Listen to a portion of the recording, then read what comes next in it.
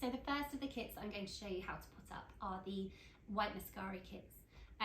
So we have two trio kits. So we have the scalloped white Muscari trio, and then we have the little Muscari trio, and then we have the little Muscari kit. So all come with these gorgeous white Muscari bulbs and the beautiful terracotta pots.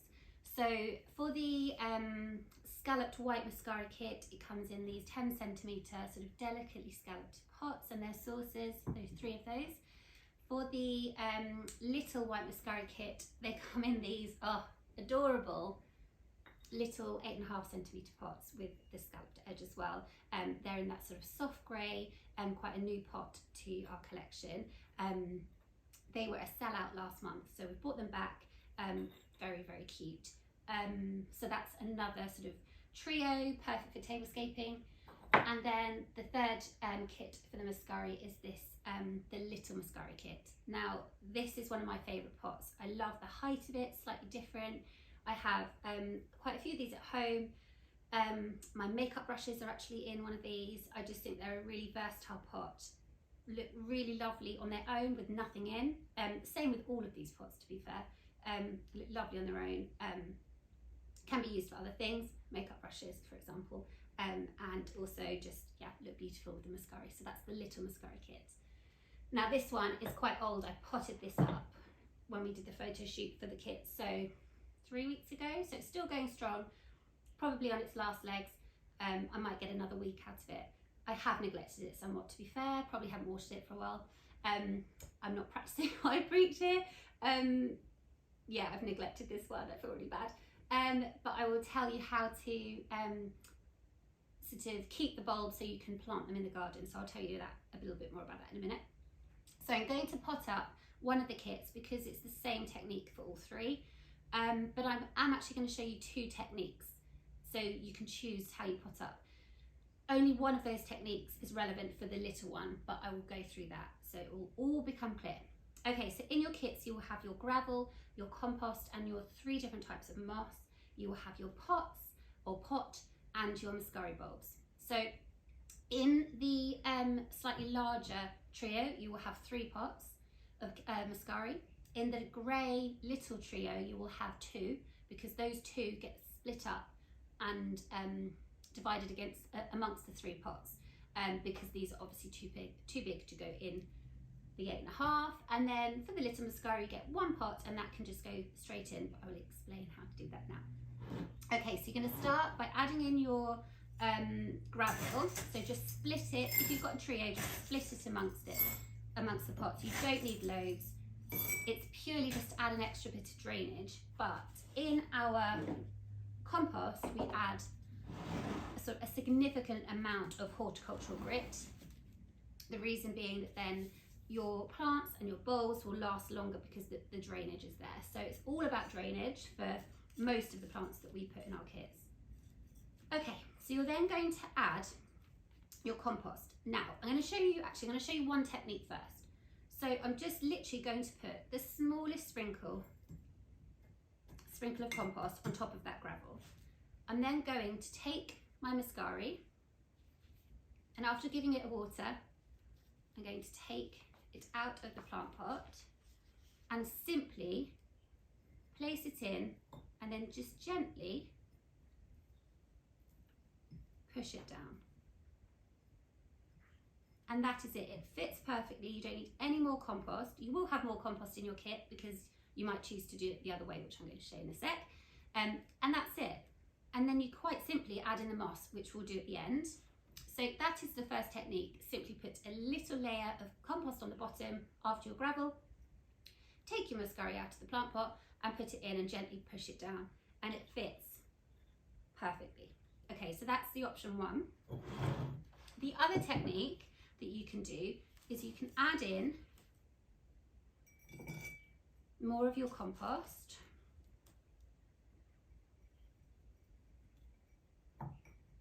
to about sort of 1.5 centimetres below the rim of your pot.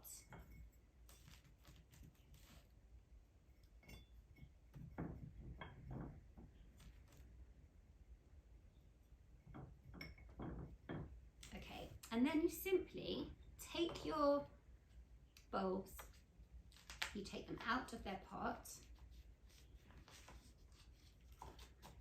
and then you just move this so you can see.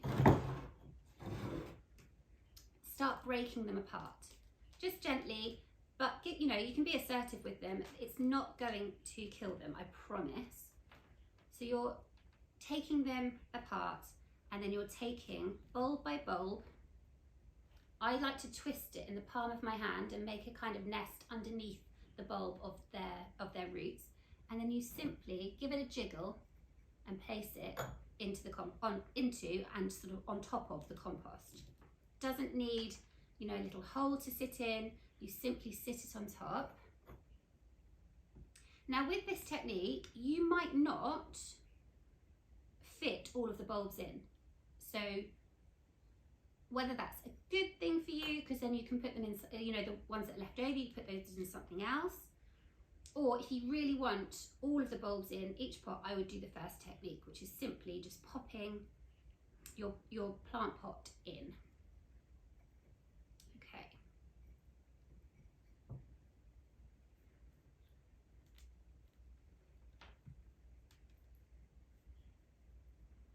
So I have now got 5 bulbs in here, and I would say there's 2 left.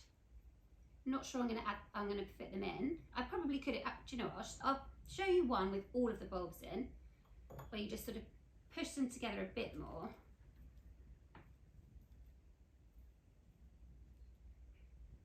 It's just a bit more kind of compact, I guess, but it does look beautiful. So it's completely up to you whether you want to split them and put them all in nice and compactly. Yeah, see, they do fit, but they're just a bit. No, it does look lovely. It's up to you. Or you can do it where you can save some of the bulbs and put them in another pot that you might have at home. Anyway, let's just move this into here for now. Okay, so then the last pot of the trio.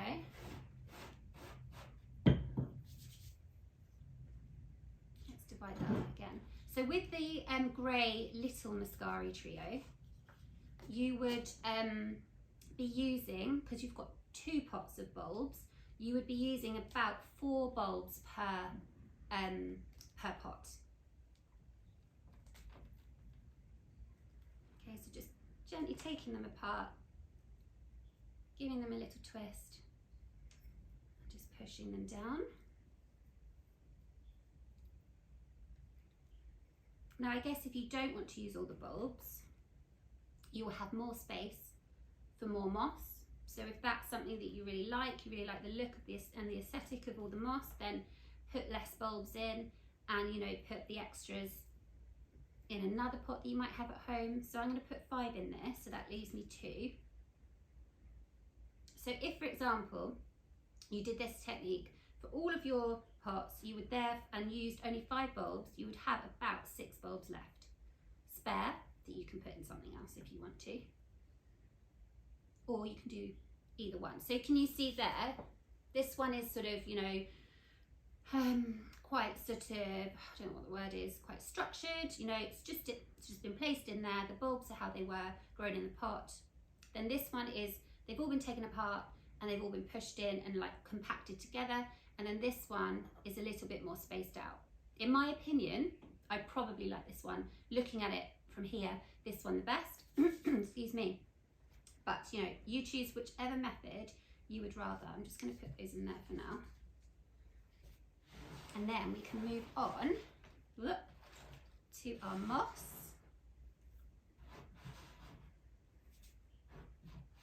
Okay, so I'm just going to place that there. So in your kits, you will have 3 different types of moss. You will have your bun moss, which is this type. So you'll just have a little bit of this in your kits, mainly because it's not sort of the easiest moss to use with these kinds of bulbs when you want the bulbs to sit above the rim of the pot, if that makes sense, because it's quite dense. But you will have lots or plenty of the flat moss, which I think is the best moss for these kits. So you've got more of that. That's that sort of carpety moss. It's got a really lovely woodland feel. You'll have like pine needles in there, and you might have pine cones in there. It's a really lovely textured moss. And then the last one is the sphagnum moss. Again, you'll just have a tiny bit of this because it's just to add a bit of texture. It's sort of a two-tone moss. Again, you'll have sort of dried leaves, and that's just to add something, you know, another element to your kits. So we're going to start with the flat moss, and you simply just need to break up your moss and simply just dot it amongst your bulbs. Now, I like to be able to see the sort of papery skins of the bulbs, so I don't like to sort of cover the bulbs up too much. I'm just going to add some of the sphagnum in here.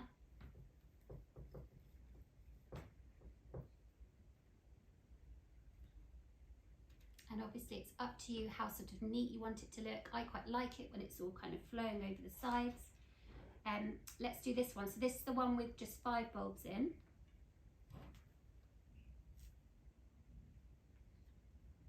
I also like it when you can see the sort of the roots hanging over. Now, the kind of other benefit of doing these techniques is that you can do something that I think makes it look more aesthetically pleasing, which is you can lift the bulbs. So I will show you what I mean. So I've added in the flat moss there. I'm just going to pop in a little bit of the sphagnum, and then I'll pop a bit of bun moss in. Literally, I'm just taking a teeny tiny bit and I'm just tucking it in there.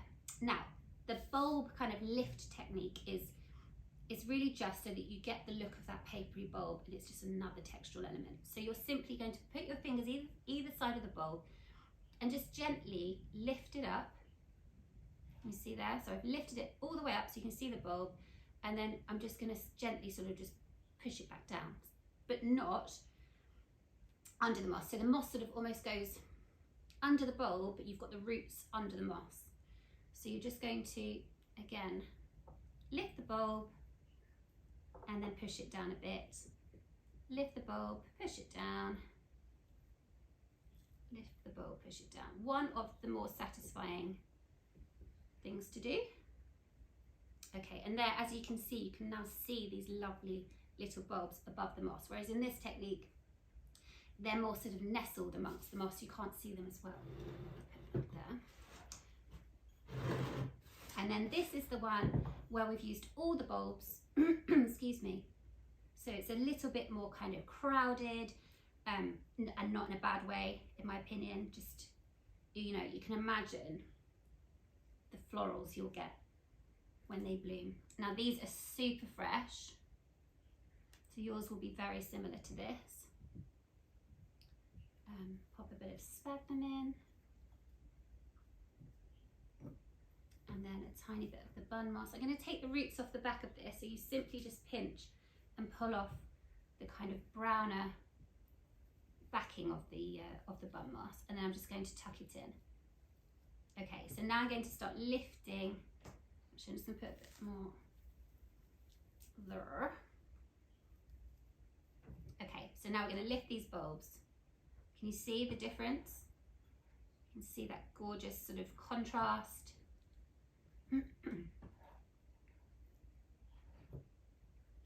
There's one hiding down here. I mean, they really are just so gorgeous.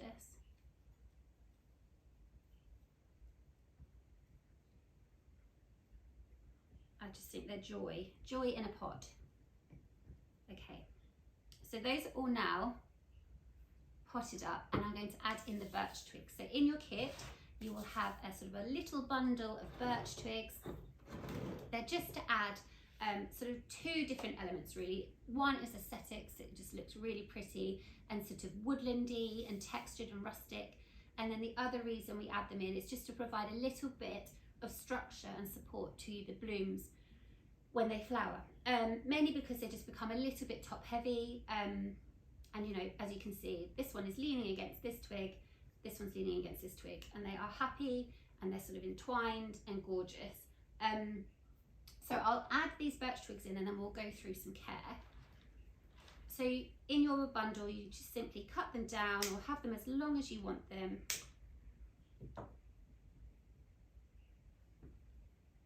then just sort of maneuver them, push them into the moss and the compost. They don't need to go that far down. Excuse me. You might find some of your birch twigs have sort of little catkins on. So this kind of thing, these little kind of the catkins that come around this time of year.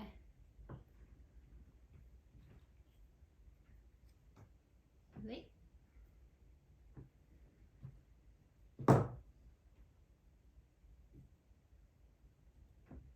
So I'm sort of putting 3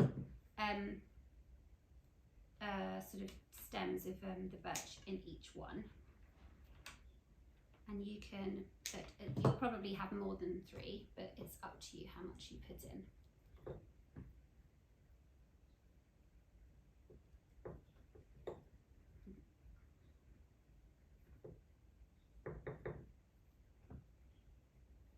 Okay, so let's go through some care for your Muscari kits. Now, Muscari are, in my opinion, so easy to look after, so easy to grow indoors. They're pretty low maintenance.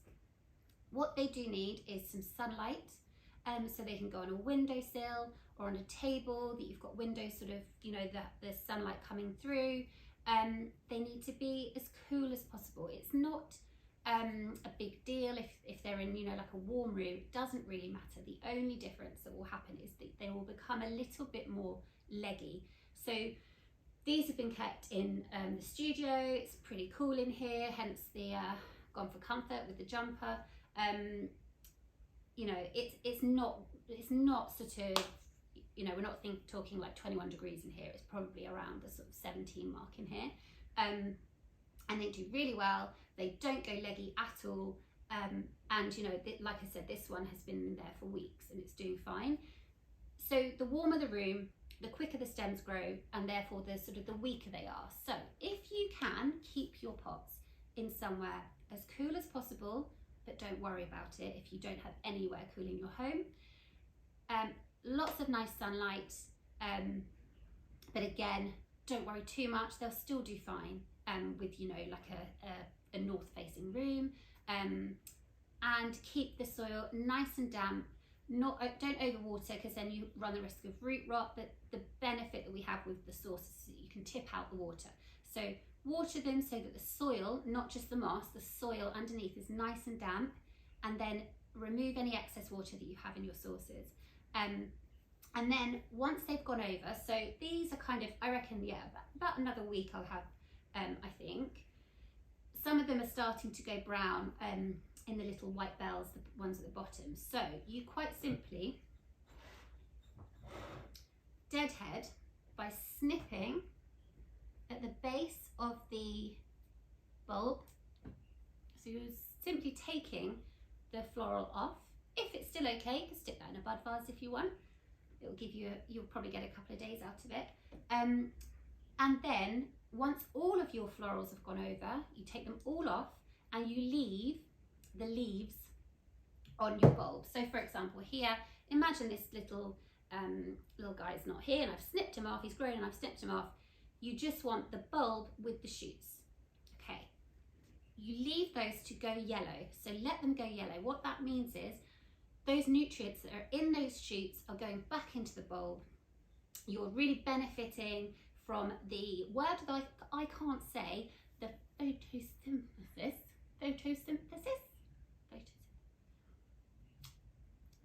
Yeah, I think that's what it is. It's one of those words I really struggle to say. The photosynthesis, you know, process, scientific process, has meant, oh my goodness, means that the nutrients from the leaves have gone right into that bulb so that you are giving it its best chance for next spring. Once it's gone yellow, you then snip it off. So you'd snip it off here, so at the base of the shoots where it meets the bulb, snip those off, pop them in the garden, put them about 10 centimetres down in the soil, facing up, so the way you've snipped pointing upwards, cover them over, forget about them. And then hopefully next spring you will have some beautiful white Muscari in your gardens. There is no reason why not. They are just quite a, you know, they're a hardy bulb, they're pretty robust. So, you know, it's a kit that you can enjoy for the spring in your homes, and then enjoy hopefully next spring in your gardens. So there you have it. You have your 3 Muscari kits. So you have your little Muscari kit, your little Muscari trio kit, and your scalloped white Muscari trio kit.